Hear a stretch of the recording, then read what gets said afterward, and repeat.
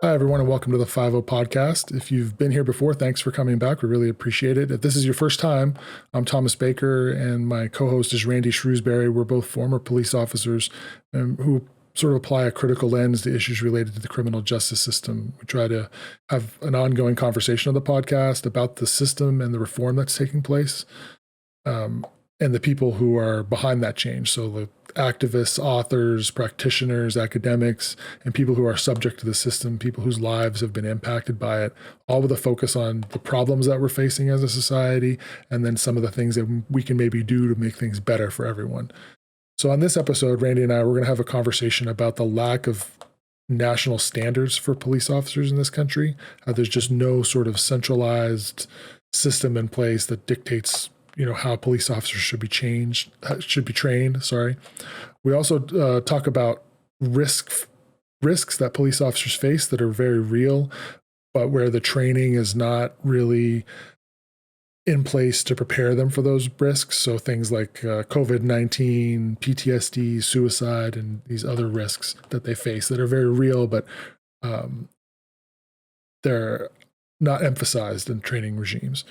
So if you find these podcasts useful, please, the best way to help us out is to like, follow, subscribe, leave a comment on whatever platform you're with. It's really organic word of mouth that helps us spread the podcast and share this information.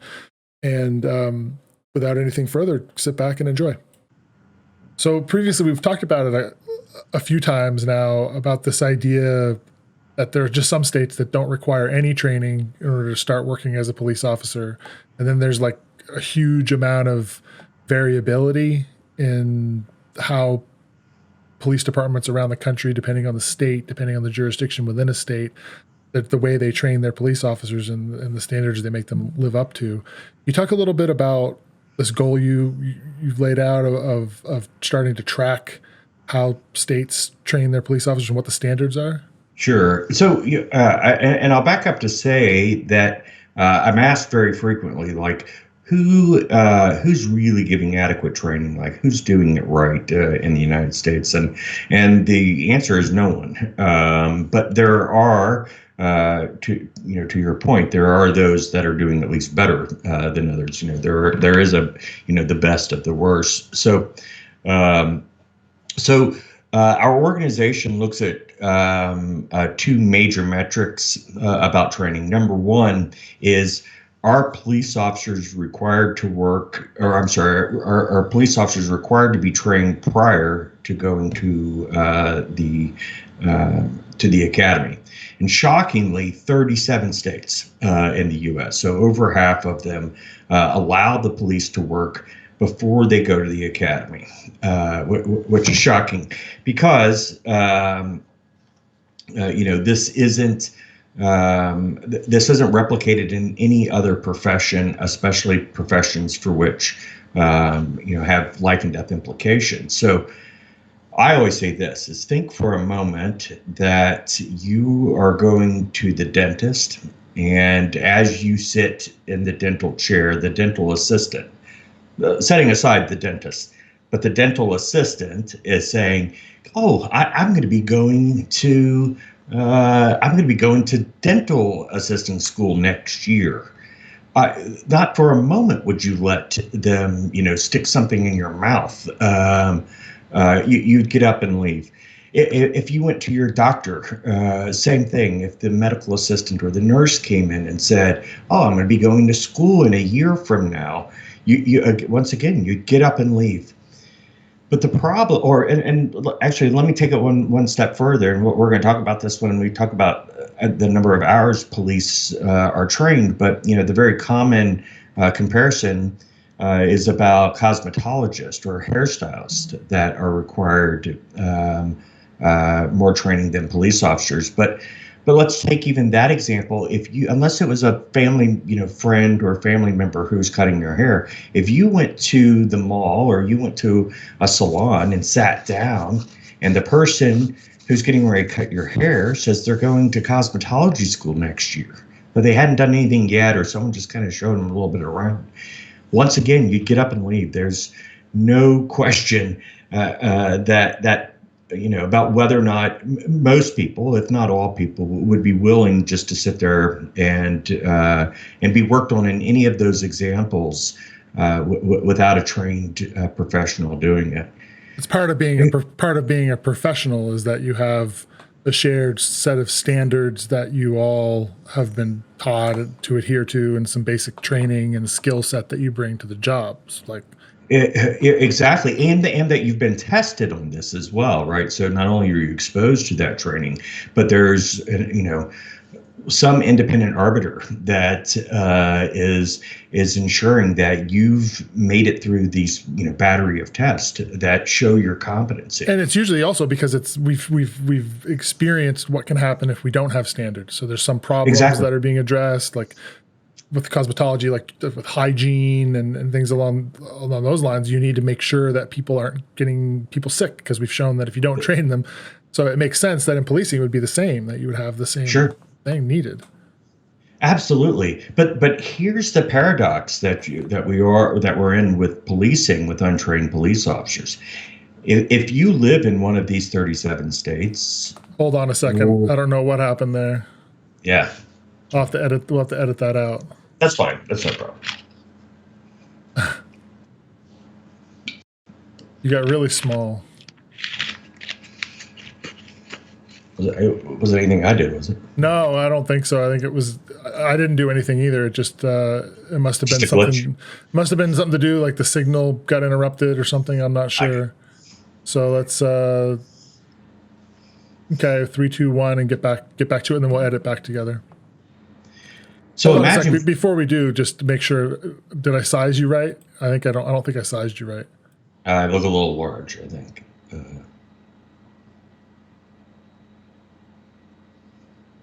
What do you think of that? Oh, okay. Now it went back to the way it was. Okay. I've never had this one before. No problem. How does that look? Yeah, I think that looks good. I'm a little higher. All right. Bring you down a little bit. Actually, if you bring me back up and just bring me a little closer, I think that's what it was. Because I think I was. Yeah. There we go. Yes, right there. All right. Let's hope this stays and doesn't do that again. Okay. But before we do that, when we hang up, let's talk about this OBS software and see if we want to explore it. Like if not the online one, but if we should explore to see if there's like a professional version or something that. Yeah, this is all free. This is all freeware. Right. Yeah. So. And I'm a fan of freeware. Yeah. But anyway, okay, you ready? Yep. Go for it. So one of the things that I really try to stress to individuals is that if you live in one of these 37 states, or if you're visiting one of these 37 states, so I live in California, we're not one of those states for which allow police officers to work prior to being trained, but I also travel throughout the United States. And so invariably I end up in one of these 37 localities.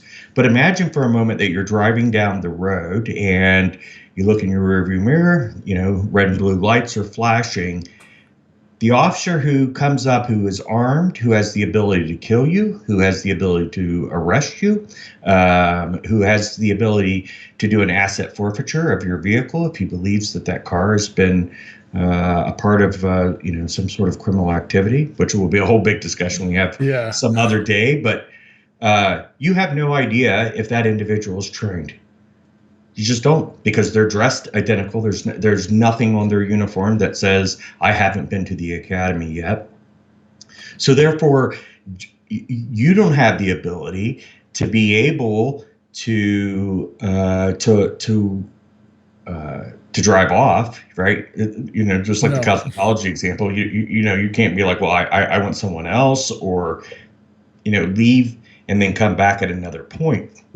So these implications of having untrained officers can be really dire. And and one of the things, Tom, you and I have talked about, pretty extensively, and I think that, we would both call ourselves advocates. We're pretty critical of the criminal justice system, and especially how we police in this country. But we both also recognize that there's a need for some sort of policing structure, right? I think we can go a long ways in society about minimizing the footprint that police and the criminal justice system has. But that being said, is that, if we are true advocates to this cause to improve training, is we can't look at it only two-dimensionally. We can't only look at it from the police's perspective, which I think has been part of the problem up to date, is that, there hasn't been, varying voices to that is looking, at how do we reform or how do we change the ways that the police are. But at the same time, we can't only look at it from the community's perspective, because there is insight and information that once you've been exposed to this line of work or you've attended some of this training, that that is critical to understand as to why some things may be in place and how to build upon it or improve. So there are major gaps too. Is one of the things that I've noticed is that there are major gaps between how the public perceive encounters between the police and citizens and the way police experience those same encounters, and it's never one. Neither one of them are correct. It's an intermingling of both perspectives that are important and prioritizing, because sometimes it's more important what the citizen thinks than and balancing, and it's a very complicated thing.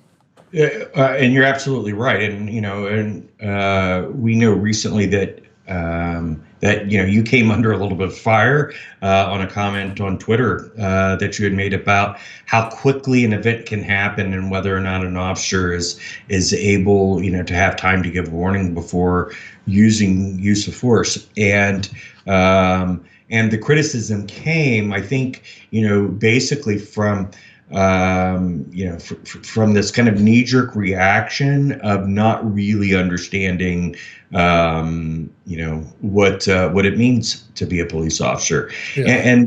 And our media, of course, doesn't help. News, number one, kind of plays to, the worst instinct or the worst situations in policing. Fictional television shows depict policing, to where we celebrate a lot of bad behavior. Mm-hmm. And so then people, I always laugh when I see, the road cop who goes by his own rules, right? That is really built up in these kinds of movies. It's been repeated over and over and over. Yeah. This trope in American society and our popular culture of this, the person who's in charge of enforcing the rules recognizes that they need to operate under their own rules in order to make the rules work. Right, exactly, and the end justifies the means, right? As well as you see shows like Law and Order or CSI, and they push their way through a door, even though they don't have a search warrant or a PC or probable cause to get in, and you have the rookie saying, "Oh, we're supposed to get a warrant first," and then it becomes this hero of the storyline of where his bad behavior was celebrated, because eventually he got the bad guy, or if things didn't work out well, then it's great sympathy given to the police because the bad guy got away on some technicality. Mm-hmm. But so that is a huge contributor of what people's perceptions of policing are. And for the police officers themselves, we know that their perceptions are off base because they have an inflated sense of fear, that they're far more likely to die, especially of homicide. So to your point earlier is that we have two very opposing views, both that are influenced by different experiences, and neither are really correct. And it's sometimes or it's someplace in the middle. So when we look at to circle back around to the untrained states, is that when we look at which states in the U.S. allow police officers to work untrained, we are very, I'm sorry. When we've looked at those states, we see that it is a disadvantage not only to the public, right? It's unsafe, of course, that's logically speaking. You have someone who's not trained to be able to do their job, but it's also unsafe for the officers themselves. And so, as an example, in South Carolina, I believe it was in January of this year, there was a police officer who was killed on a traffic stop. Who had not attended basic training yet. There was a very large case at Ball State University in Indiana, I don't know, 10 or 15 years ago, where a Ball State police officer killed an unarmed man who had come home after a night of drinking, or was trying to come home, and he made himself to the wrong place and was banging on the door of what he thought was his dorm, but it was someone else's place, and he was shot and killed. I can't imagine, because I remember how there's so much multitasking that takes place in police work in my experience, where you're managing the computer, you're managing the information that's coming in, you're managing your location, trying to figure out, make sure where you're at. You're collecting information for the report. You've got the legal things that you need to think about. You've got all these different things that you're processing. And when you first start, it's for me anyway, and for young officers, I took part in training and helped train and observed being trained. You could see in the very beginning how confusing and overwhelming a job it can be. It's like being a nurse in an ER. And just being thrown into the mix, you're going to be overwhelmed initially. That's right. And over time, you should become more proficient and competent and able to manage those to multitask better in that environment. But I can't imagine entering that space with nothing to rely. At least with my academy training, I had some things that I'd learned. There's a lot of room for improvement, but I just can't get my head around the idea that you would step into a patrol car with no training, and be out on the street dealing with citizens. It seems insane. Well, I agree. So typically what happens is that in those agencies that exercise this training delays, is that they give the officers what is called a pre-basic training, and then usually it could be a couple of days. It could be a few weeks, right? And most of the time, like even when we've looked at the state statutes that outline the permission of using untrained officers, they don't dictate what that a particular pre-basic needs to be done. But there is one common thing, that there's a great emphasis on what they're taught in that pre-basic period, and that's how to kill someone.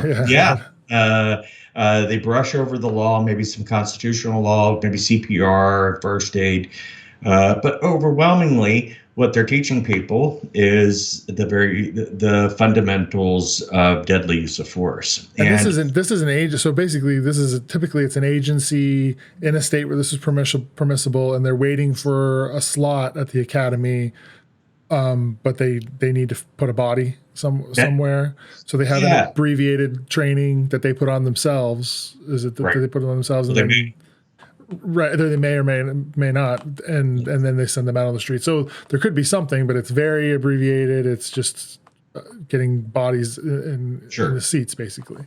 Yeah, you're absolutely right, Tom. And there's no oversight to what these trainings are. Most of the time, like I said, it's not regulated by the state of what the pre-basic shall be. I think there's a couple of states that say like a 40-hour pre-basic, but that's a week, right? I want to be clear about why this is done and who's using it. So if you look at a state for which that let's take South Carolina as an example, because we talked about an officer being killed there.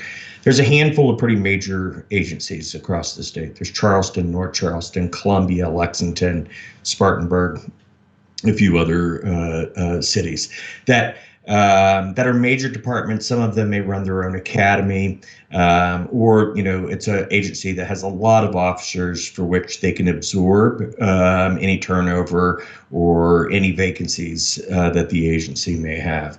So these departments, or they may have their own training academy themselves. So these departments are not typically the agencies that would exercise this deferment that's permitted. It isn't to say they don't, and this is one other problem is we don't really know how many untrained officers are out there, right? I mean, when I talked about being pulled over by an untrained officer that citizen doesn't know, I don't know that the state necessarily knows. There's not really a central reporting mechanism in place. But who is exercising this are agencies that are pretty small. Mm-hmm. So we've talked about this previously, is that there's 18,000 police departments in the United States. Half of those agencies are departments of less than 10 people. Mm-hmm. Which, by the way, I think when we talk about abolishment, there's a lot of targeting in those areas right there, right? Consolidation, major consolidations, and major urban areas where you have 15 different agencies all in the same area where they don't communicate well together. Exactly. It hinders their ability to investigate crimes because they don't share a central database. That's right. I worked in an area where we had a bunch of different agencies covering a big county, and sure. Some of them were really, really small agencies, and they wouldn't share with the other agencies. So you would have, if you were investigating a series of burglaries, there could be 5 burglaries that you don't know about because it's that's right. So it's when I see it, I just see it as people trying to preserve their own power, trying to maintain their own little agency because it's their kingdom. Yeah, and I think that you're absolutely right. Is that some of this is about autonomy. This is also about insurance. Believe it or not, is that municipal insurance? If there is a paid fire department and a paid police department, that usually the municipality will get a cheaper break on the insurance. But this is also a lot about revenue generation, mm-hmm. right? I mean, when you look at, I think I might have been wrong. I might be wrong exactly, but I think like when after Michael Brown was killed and a spotlight was placed on Ferguson, mm-hmm. that they were seeing like 30 to 40% of the revenue generated for the municipality came from court costs and fines. So they're, these little small departments, even though that there's not much demand for calls of service, right? There's not, and again, I can attest to this, starting out in a department with 5 people, 1 full-time person and 4 of us were part-time. I would go days without a call for service. But I wrote a lot of tickets, right? I brought in a lot of money for the town. It can become basically a way of taxing the population. It's exactly that. Yeah. But we also know that when you utilize that as a technique for taxation, it's regressive because police are disproportionately, you're pulling poor people over. You're going to have, so you're taxing your population, but you're doing it on the backs of the people who can least afford it. That's right, because a penalty of $100 to someone middle class, upper middle class, or wealthy, that isn't the same penalty as it is for someone who's poor. I mean, it can mean a difference between whether they're, what food they're able to put on the table. So even the punishment itself, even though by a dollar amount is equal, it certainly doesn't have the same impact across across communities. I think some Scandinavian countries have actually done it so that like a fine will be in proportion to your income. So you have someone get a $15,000 speeding ticket if they have enough money.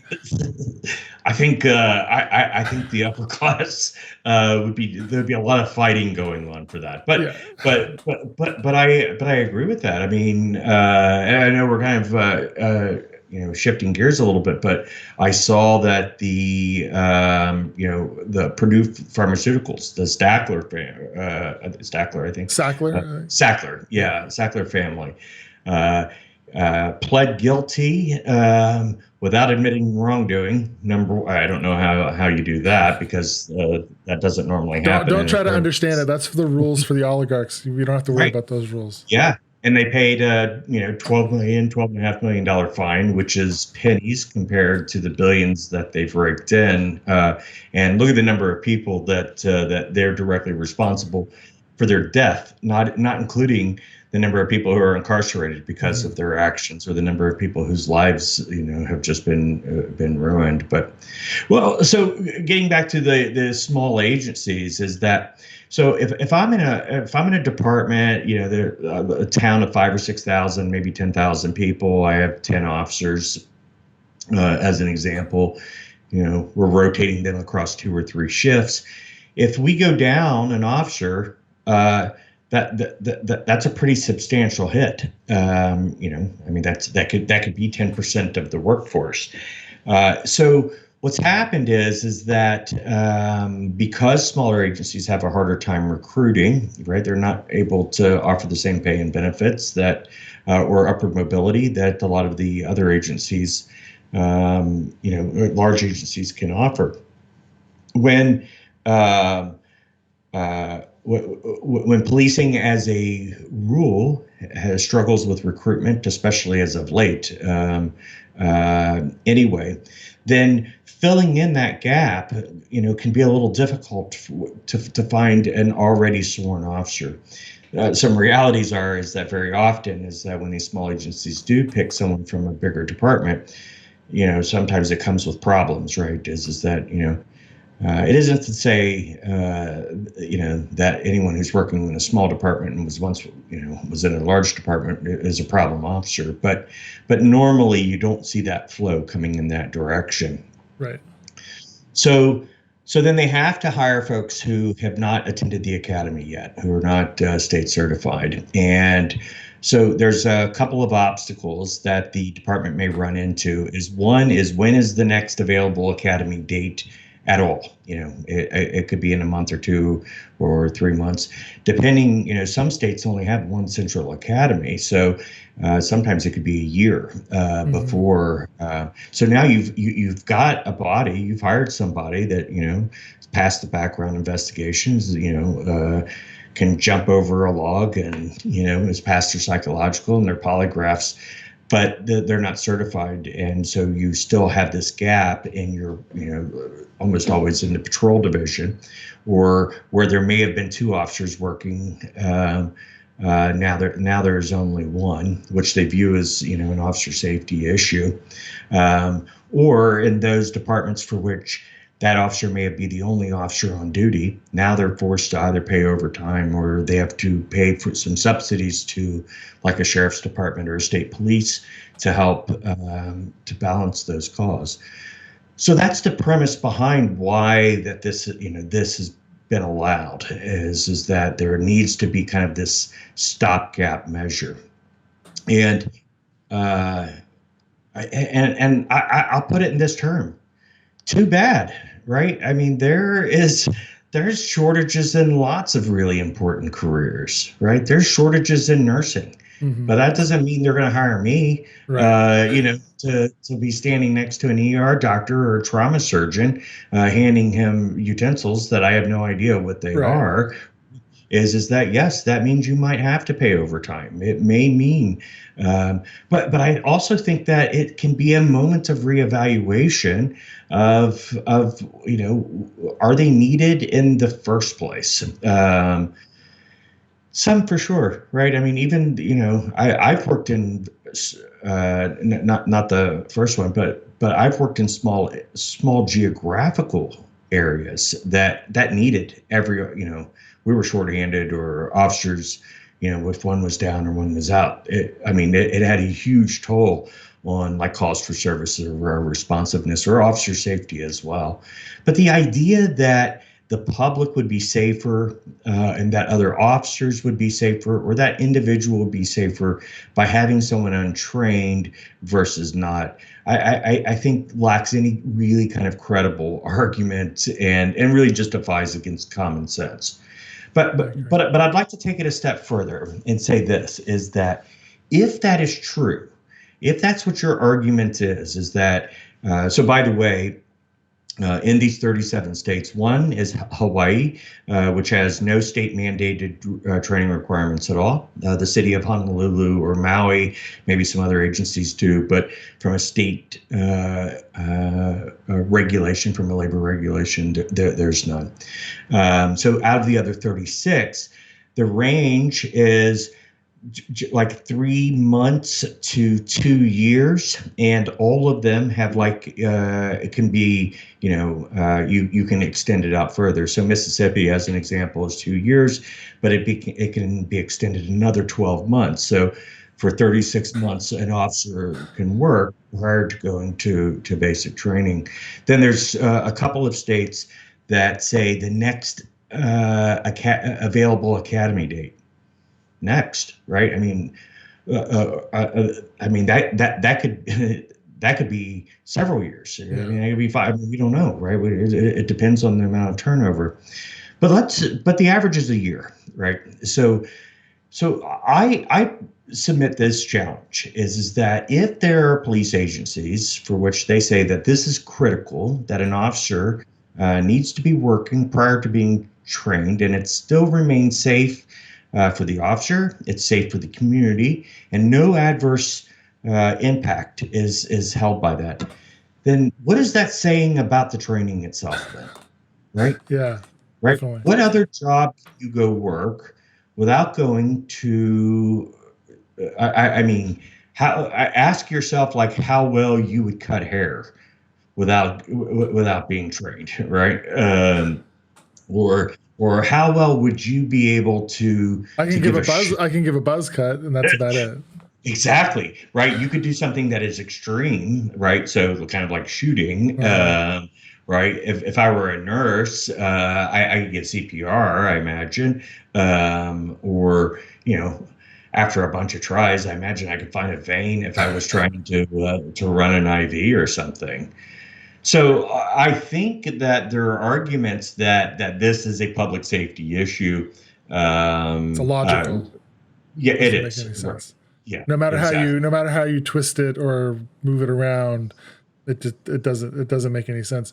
We know there's no the FBI and the Justice Department, they make attempts to document and describe American policing as best they can, but like we said, there's 18,000 or so different agencies and a hodgepodge of patchwork of rules and regulations and laws from state to state. So there's no centralized sort of mechanism in place to document how police officers are trained around the United States. Can you talk a little bit like what's important to collect? Like what should we be collecting? So I think that what we really have to start with is that kind of a collective agreement as to what training should be required among all departments, no matter where you're at. Those who know me know that I'm a bit to the left of the spectrum. I'm not normal. I'm not like a libertarian who says, that fights a lot about a bunch of different things like on states' rights and that sort of thing. But I do think that there are some fundamental differences between how California may police versus how Montana may police, or North Dakota, as an example. But that gets into the nuance of the curriculum. So I think that very first and foremost is that there are some things that are agreed upon that all officers should be trained on. Use of force, obviously, is the one that has the largest impact, or the most, not the largest, I guess. I would say it's one of the largest impacts, that in powers of arrest, right? Serious implications. I mean, you cause civil unrest and destabilize our society, like we saw this summer. Yeah, absolutely. So power, use of force, powers of arrest, de-escalation, maybe something relative to implicit bias, or the historical context of policing and how that's impacted other communities, especially marginalized communities. Constitutional law, so these are all things that I think that first and foremost is that it would be a good idea for us to have some national standards, so some national minimums, that it doesn't matter if you're in Boise or you're in Los Angeles or you're in Miami, is that these basic fundamentals are carried out in the exact same way. From there is that I think what is important is then becomes the measurement of effectiveness of additional kinds of training. So one of the things that the Institute is measuring right now is that we've done this breakdown of curriculum and looking at, are there particular outcome differences between states that offer community policing, as an example, versus those who don't, de-escalation training versus those who don't. We struggle with a lack of data, right? Is because a lot of this reporting has been a bit haphazard. And I know you're very involved with the Pat Tillman Foundation, looking at fatal encounters as well. And, we've talked about kind of the remarkability of is that when you look at data that's provided when a police officer is being killed or has been killed, the lighting conditions. Oh, yeah, right? yeah. If they're in uniform or not in uniform. Everything about the person who was suspected of being an assailant or being involved. What the officer was doing at the time. Somehow, the federal government has forgotten to collect any of this data relative to deadly use of force cases, right? And I'm being facetious about it. Of course, I didn't forget. But this has created a problem of where we're only looking at one side of this big picture, and I think the same problem exists relative to training. If let's say, for an example, one of the things I talk about is that the police kill 3 people a day. They shoot 6, kill 3 on average, right? If there were that many, if there were 3 police officers a week being killed in the United States, they would be saying, holy shit, we got to do something different, right? Something has to be changed to mitigate this loss of life. And where that starts is data collection, right? Is that they would then start demanding departments to start collecting data on, so that they can pinpoint what are the problems, and then generate a solution that would then be broadly administered, all throughout the United States. That's what's really lacking in the U.S. relative to training. If it's about officer safety, we have much more data. There's been a lot more support. There's federal funding that is always available for these kinds of things. But the further that we get away from officer safety, the less data that we tend to have. So our organization, so when we talk about like standards as an example, is that and, I mentioned earlier is that they're, some are doing better than others. But if we look at what are the minimum regulations, like as a labor standard, setting Hawaii aside, that's done. Oregon is at 400 hours, and Connecticut on the high end is at 1,370 or something, I think. And is this all, these data, are they from each state's post certification board that documents this? So just so everyone's sort of familiar, like, I don't know, I think every state has some sort of post certification process. There's a couple who don't, but there are some sort of regulatory body that's in place. Right, and I think it's police officer standards and training, or what? That's exactly it. And so basically each state, well, most all of the states, they make some sort of effort to to set standards and enforce those standards, and not just like anything in policing. There's variability even between the strength of the post standards in each state and how much they do to uphold those standards as well, I would imagine. Yeah, you're right. And in fact, even how the standards are laid out, in some states, it's baked into the legislator. So the legislation says a police officer shall receive, 700 hours of training. And some will even do a breakdown of like this number of hours must be applied to, critical incident response relative to mental illness or firearms or whatever it will be. Then there are other legislation that says that a officer shall get the training as prescribed by POST, the Peace Officer Standard and Training. And so they themselves, so POST, who's the regulatory body, for the most part, have very little oversight themselves. And even those states for which the legislation is dictating the number of hours that an officer is required, that's still coming from this POST body. So I do think, like from a national standpoint, that there should be some sort of minimum of training. So, and we measure in hours, right? Because that's in this line of work largely is how it's laid out. So we're talking about 16 or 17 weeks, or a few months. And when you think about what has to be trained in that period of time, it's a bit breathtaking to understand like the depth of things that an officer has to learn in what short period of time that they're given. And then we create an imbalance, right? Is where, a third of the training is just going to use of force or, to prevent death by homicide. So that's already absorbed. Normally speaking, there's between 45 and 60 topics that are covered in a police academy. So if you take away a third of it, right, is now we're down to 400 and some hours on average, or 500 maybe tops.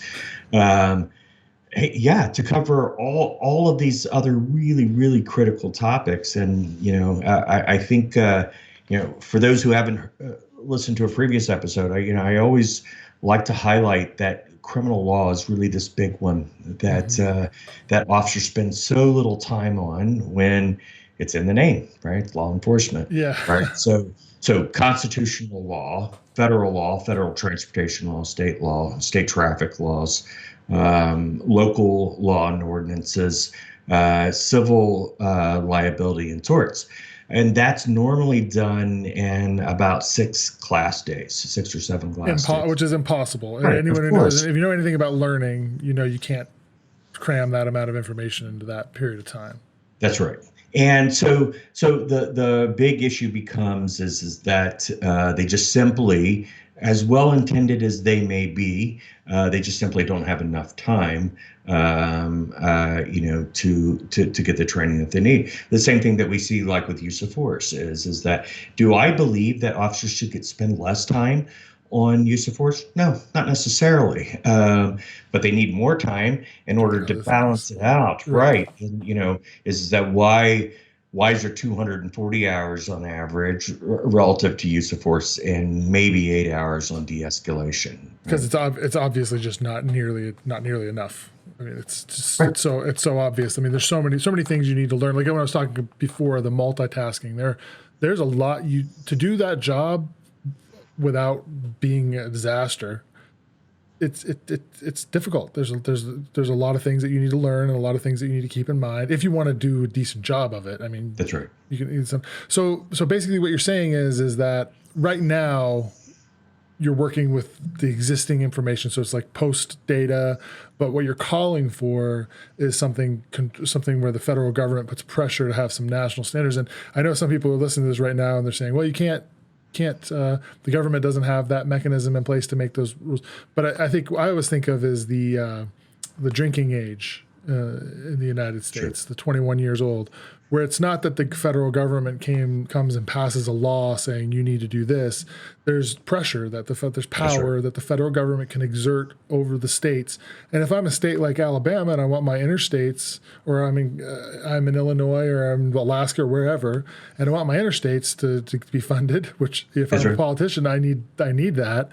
Then I may have to swallow a pill with that, whereby we have to create a mechanism to document, to hold certain standards, to report these training data to some federal database. We've seen how hard this is with use of force data, but there's progress being made. There is. So For it's sure. not futile. It's not as though it's something we're incapable of doing. It's just going to take probably several years and a lot of work. Well, I agree. And one of the things that the good news out of this is that there is a consensus in the United States that something has to be different, right? And it's not in our mission statement or on any official documentation. But as I talk about, like when I'm asked about like why training, why are we focused on training, is I always say it's because it's the no shit cause, right? Yeah. No shit. We've got to look at how we train them. It doesn't matter what career you're in. It doesn't matter where you're at. On these invisible scales of whether or not you're a custodian or the president, is your ability to be able to do your job is largely influenced by how you're trained. And I always ask, think about your own job, especially if you're a little older and, you've had a few jobs in your career, is think about who really shaped you to where you are. I'm assuming, the bright folks who are listening, have found themselves established in their career and do well at it. That isn't to take away their own hard work or initiative, because that certainly is there. But seeds were planted. And but simultaneously, most of us also have an experience for which, like, thank God I didn't listen to this jackass, or I'd have been fired by now, right? Because he is. It's so that's why I say, like, no shit. We've got to look at this. We've got to. This is. When we talk about hiring and training, this is the most foundational part of the job. And when we look to change culture, or when we look to change major policy, it all starts right in there in those areas. But the problem, that you're highlighting is that we are limited in data today. But because the will of the people, especially after George Floyd's death, of course, his death was an absolute tragedy, but I hope his family finds, some comfort in understanding the movements that have been made as a result of that tragedy. And one of them is this need for reevaluation, really, from beginning to end of how we rely on policing in our culture. Where do we want them? Are these the best approaches? And then, if so, how do we make this happen? And so I talk about, like, is that one of the complexities that we deal with is that even when there are reforms that aren't directly that we're fighting for necessarily, right? We may support them, but it's not our cause. Like if we're talking about drug reform or mass incarceration more in general, or less use of deadly force, whatever it is, there's a line back to. Then we have to change how the training is, as if we want those changes to actually be made. So, part of our mandate in order to be able to do this is to evaluate, right?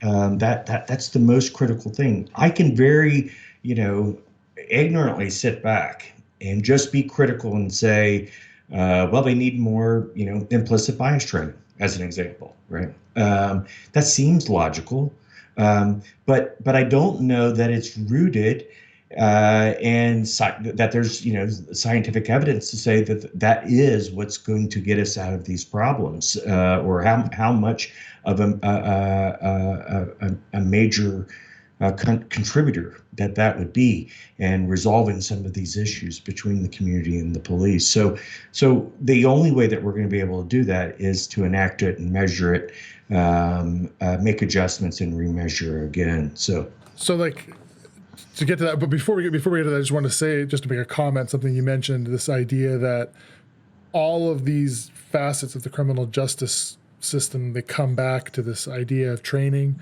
Right. And one that strikes me is the ability to hold police officers responsible. For example, I hear, especially from people on the left, this desire to punish police officers. And one of the reasons that it's so difficult to prosecute police officers is because the reasonable officer standard takes into account how police officers are trained in this country. That's right. And anyone who knows anything about policing knows that police officers are not well trained in the United States.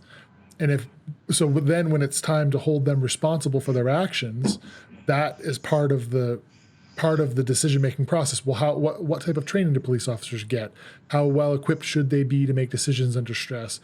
And I would argue that if those standards are dramatically increased, then we will be able to hold our police officers to a much higher standard than we currently do. So there may be instances where now a police officer behaves a certain way, and it's very difficult for a criminal prosecution if those standards were much higher, and we could say, well, no, this person received these hours of training. Here are the tools they had available. This is what they should know. Here's what a reasonable officer should know. Then we could hold them to a much higher standard. So go ahead. Well, I was going to say is that if you read really almost any affidavit, whether it's a search warrant or arrest warrant, whether it's a writing for a deadly use of force case, you will see in every single one of them the phrase "based on or based on the officer's training and experience." Those are the most foundational things, and I'll take it just one step further and say it should be. Absolutely, it should be. I remember writing search warrants, and I had a template, a pre-written template that I put in all my search warrants, right. And it was my training and experience in that particular field. So, like, if I was doing X type of investigation, I had a little statement that I made listing all of the things that I had, a bunch of courses that I had taken, the time I had spent investigating, to give the person signing, the judge or magistrate signing off on the warrant, some sort of idea of my level of expertise. And that's right. It matters. It matters all across the criminal justice system. Well, and I would say this is that, if you are in a position in your career, as an example, that you need to make a change in your department, let's say you lead a department or something, and you have to go and you are asking for, a budget increase or a staffing increase, and you say, in order for me to be able to effectively do this portion of my job, we need more staff or we need more funding.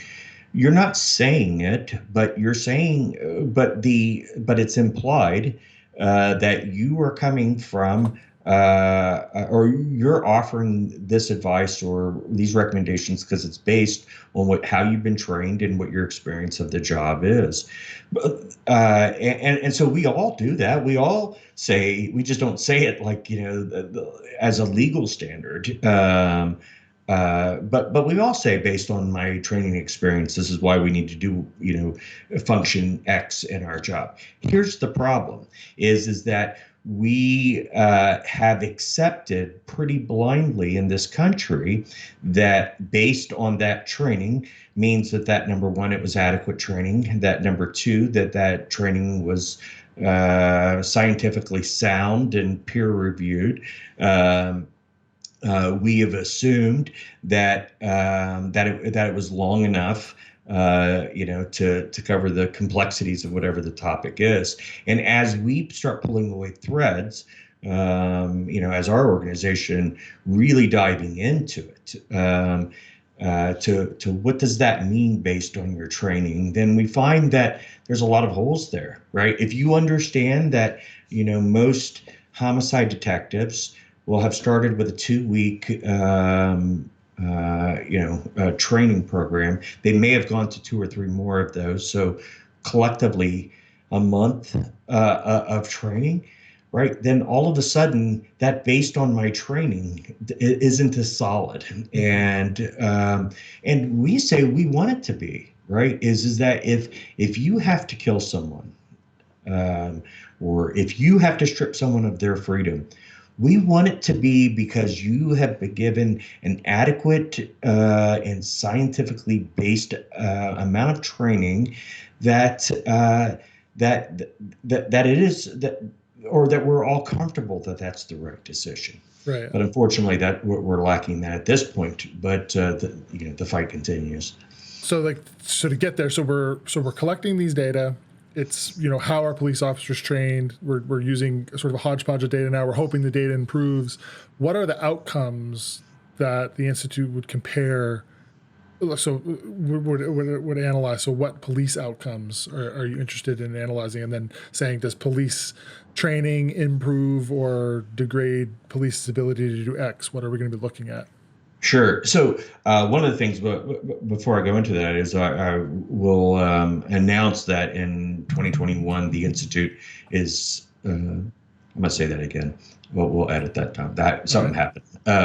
One of the things that I want to announce that the Institute will be doing in 2021 is going to be releasing a major in-depth study that is examining the relationships between a particular handful of metrics based around the amount of training that officers get and what is contained within that training.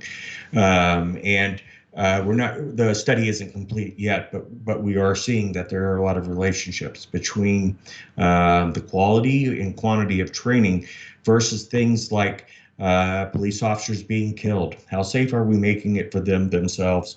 Deadly use of force cases, the ability to solve violent crimes, criminality inside of policing, imbalances of use of force across particular communities, or just kind of a handful that becomes some point of reference and measurement to be able to determine outcomes. We are always faced with the challenge because there's a lot of moving parts to these things. There's a lot of variables that influence. So, we can't just say, Oregon has the lowest standard, so therefore they have the highest amount of deadly use of force cases, and that isn't the case. But when we start drilling down and start stripping away or including some of these variables, then it becomes something very measurable that we'll be able to rely on. That gives us an opportunity to go to legislators and say, hey, look, we know that training works. They know that training works, right? This is kind of the thing that we talked about in the last episode, is that everybody wants more training, right? No one is saying less training.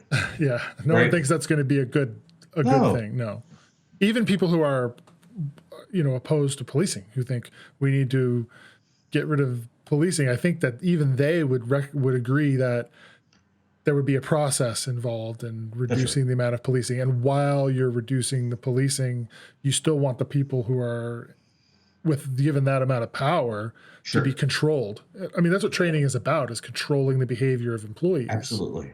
Yeah, absolutely. And I say this as well is that let's, if we look at this on two very far spectrums, right? This is, there's the ACAP group as an example, right? Who want to do a total abolishment, and their view is that through reinvestment of correcting a lot of the social woes, is that's how we get there.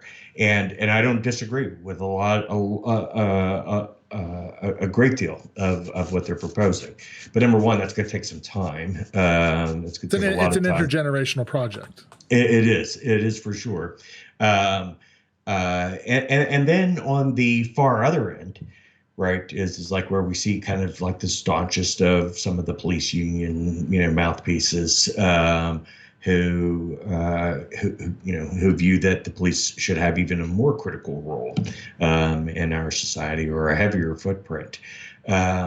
Is that both sides of these ends are saying that whatever is left, we want them to be best trained in the world. Mhm. Right? Is that it doesn't matter which of your motivations are, because we know that improved training improves society as a whole, and it also makes the job of the police officer less stressful, more safe, more efficient. Um, and so all of these can become positive outcomes. The problem that we have had to date is that we have only looked at training from one side. We've only looked at it from just the mechanism of how does a police officer, number one, their own safety, but number two, or protect themselves, but number two, only enforce laws, right? Right. And so the, there's no other nuance about, should an officer should they be evaluating, like, the causes of criminality as an example, or how well should they know the law, right? Is that go ahead. I was just gonna say this itself is another. None of these things are going to be quick.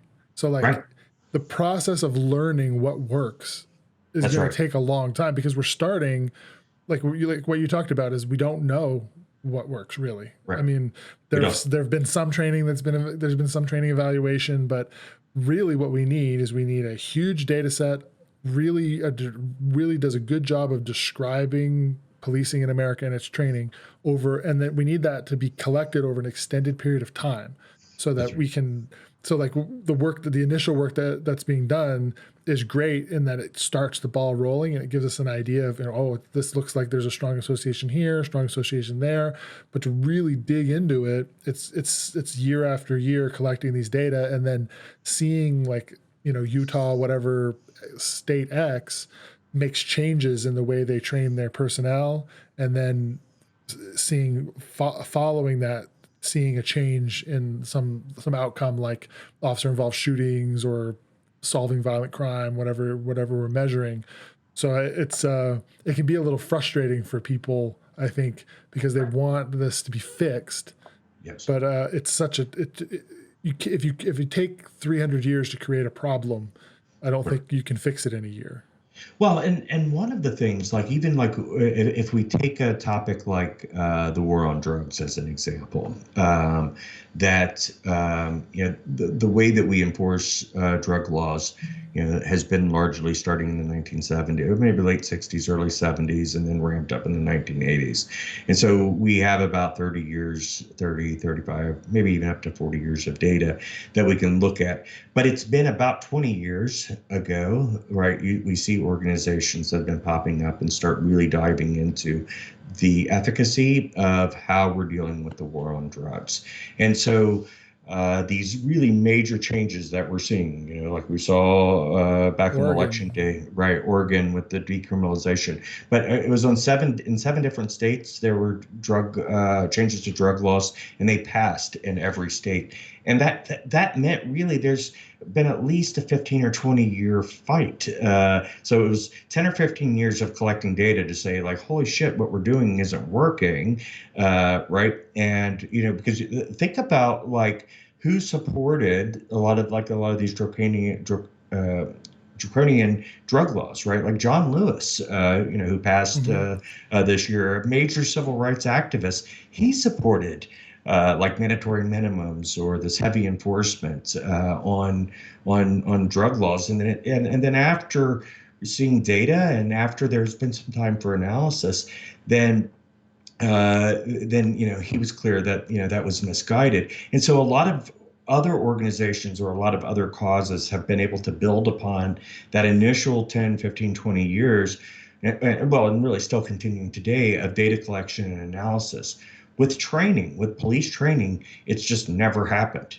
Right? Mm-hmm. It's just never happened. Police training today is relatively the same, with a few caveats, than it's been back, way back to the Pinkerton days, where Boston PD and NYPD first came in. So, like the Institute, as an example, we're about to enter our fourth year, and we're still in very early data collection on a lot of our work, and will continue to be probably for a few more.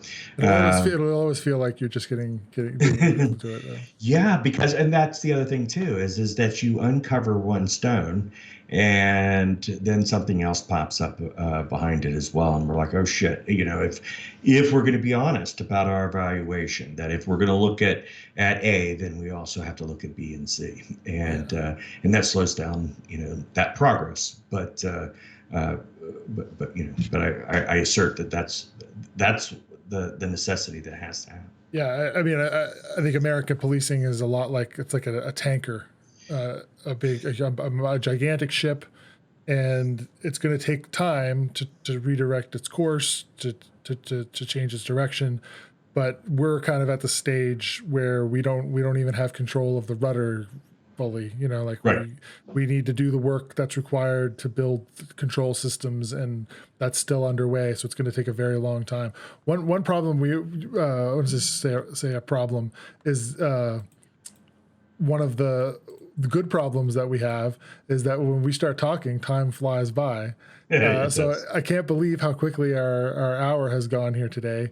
So we'll have to continue the conversation, but before we get going, so we've talked about sort of some of these deficiencies, some of the data that needs to be collected, and then what we would compare it to, and the process of improving policing by making these changes, by utilizing these data, utilizing the scientific method to shape our police to reduce harm. Do you have any sort of final thoughts before we go our separate ways? And also, what can people do to help? Yeah, well, I think that that's where I was going to head to is that the first thing that I think is important, our really major mandate while we continue to research for solutions, is we do have to talk about the problem, and the public needs to be aware about the problem. So we're going to post below a link to training standards for which you can look up your own individual state. Number one is find out whether or not you have untrained police officers that may be coming to your house when you call 911. But also you'll be able to see what are the minimum standards and some of what could be outcomes because of that. And then, as always, is that the Institute is a volunteer organization. We have volunteers all across the United States and the globe. So if you have an interest in being involved in our research or advocacy, on our website, trainingreform.org, you'll see a link that says how to help. That also gives you an opportunity to make a tax-deductible donation as well. If that is how you view your best opportunity to help. And then to steal your line that you usually say is, of course, share this podcast, any of our Facebook or Twitter posts as well, to help spread this messaging. Absolutely, because if you can't volunteer, you can't donate. We both think, and the reason we're doing this is because we don't want this past summer to have been a resurgence in the conversation and then it trickles into the background. We want to keep these ideas front and center in the public discourse, because we know that if we don't make the changes that are necessary, then these things are going to keep happening, and it's unacceptable. So please like, share, subscribe, and all the websites Randy mentioned will have links in the description below. And thank you very much, and we look forward to seeing you guys next time. Thanks again. Thanks, Tom.